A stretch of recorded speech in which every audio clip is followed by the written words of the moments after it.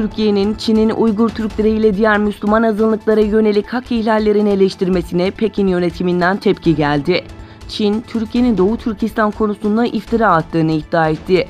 Çin Dışişleri Bakanlığı Sözcüsü Lu Kang, Türkiye'den bazı yetkililerin son zamanlarda Sincan meselesiyle ilgili gerçekleri ihmal ettiği ve sorumsuz iğrenç açıklamalar yaptığını söyledi. Vatan Partisi heyeti Çin'deki temaslarına devam ediyor. Başkent Beijing'in ardından Doğu Türkistan'a geçen Çin'in Türkiye'deki eli olan Vatan Partisi heyeti burada çeşitli ziyaret ve temaslarda bulundu. Sözde etnik gruplar arasında dayanışma temalı toplantıda konuşan Perinçek, ABD'nin Batı Asya'yı bir terör fideliği haline getirdiğini söyledi. Perinçek, Türkiye ile Çin'in birbirine güvenmesi gerektiğinin altını çizdi.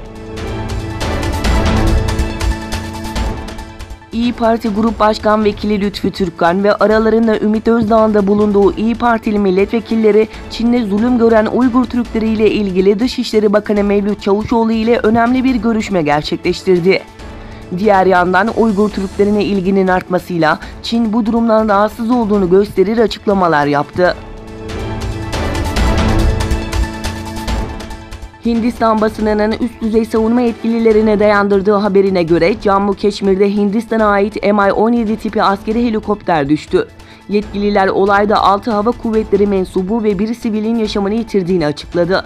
Hindistan'a ait uçak gemilerinin Pakistan'ın Karachi kentini bombalamak için hareket ettiği iddia edilirken, diğer yandan Hindistan'a karşı teyakkuza geçen Pakistan'ın uzun menzilli hava savunma sistemi LY-80 sistemlerini konumlandırmak üzere harekete geçtiği bildirildi. Ayrıca dün akşam saatlerinde Pakistan Karachi'de en az 3 şiddetli patlama sesi duyulduğu belirtildi.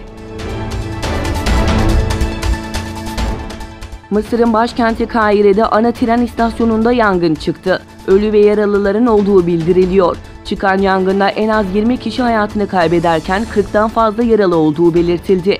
Ölü sayısının artmasından endişe edildiği belirtiliyor. Ambulans ve itfaiye ekiplerinin olay yerine sevk edildiği kazada Ramses tren istasyonu kapatıldı.